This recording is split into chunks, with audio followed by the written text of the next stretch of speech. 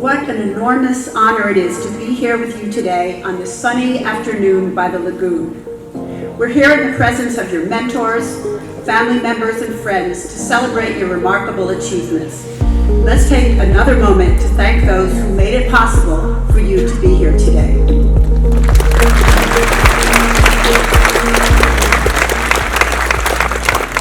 Whether you have been here for 1 or 2, or 4 or 5, or 6 or 8, and I'll stop there, years, you have lived through a lot.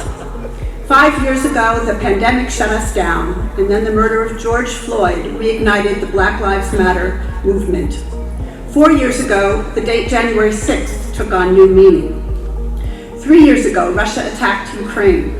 2 years ago saw the horrific violence on October 7th in Israel and the horrifying scale of death and destruction in Gaza that has continued and continues to divide us. Last year, universities across the country erupted in protest. Our graduate student workers here went on strike as prospects for the end of the war and a two-state solution seemed ever more fantastical. And it goes on. Now the attack on free speech, on diversity, equity, and inclusion, on international students, on the university itself has only intensified. Students are being imprisoned, research funding has been cut, books are being banned. There are forces determined to dictate what we can teach and what we can learn. This is a war on education, and it is a war we have to win.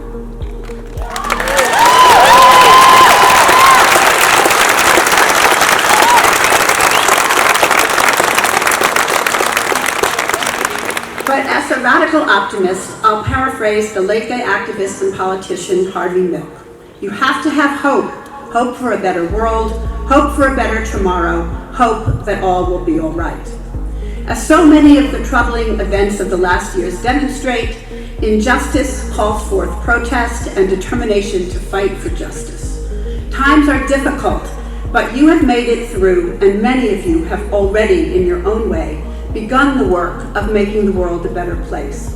This is your day and time for hope for the future, and a time for celebration. There are 528 of you receiving graduate degrees and credentials here today. You have 528 individual stories of inspiration and determination.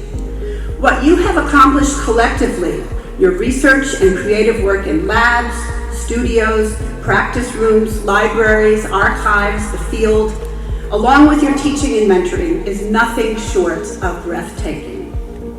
Think of all you have done. First of all, to get to this place, especially those of you from underserved communities or those who are the first in your family to go to college, much less graduate school. Some of you have traveled far away from home in countries around the globe to be here. And to quote the president of Harvard at his commencement speech, this is just as it should be.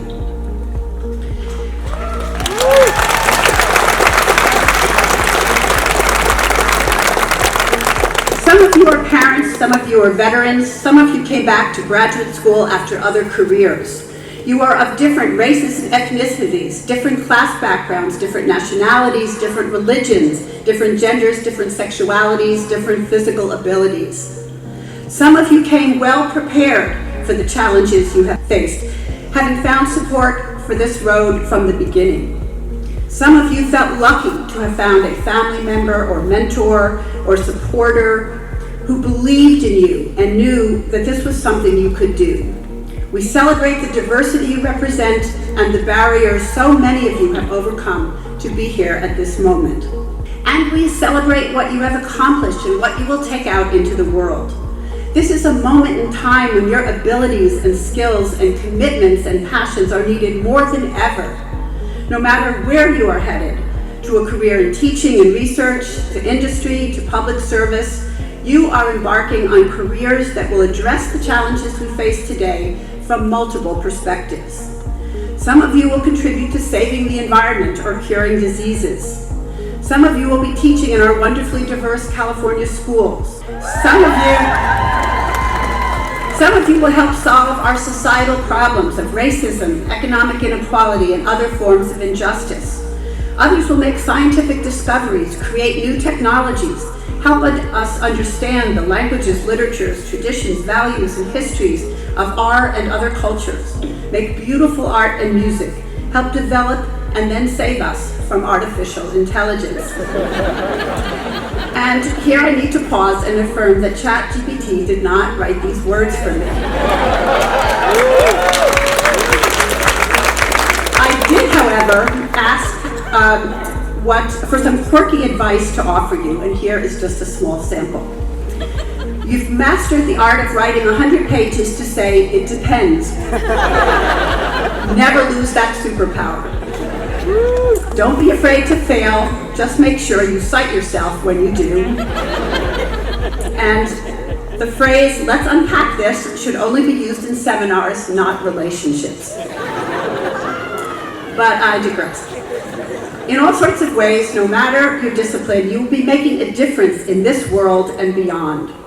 In the new world in which we live, the number 2 career goal of young people is social influencer.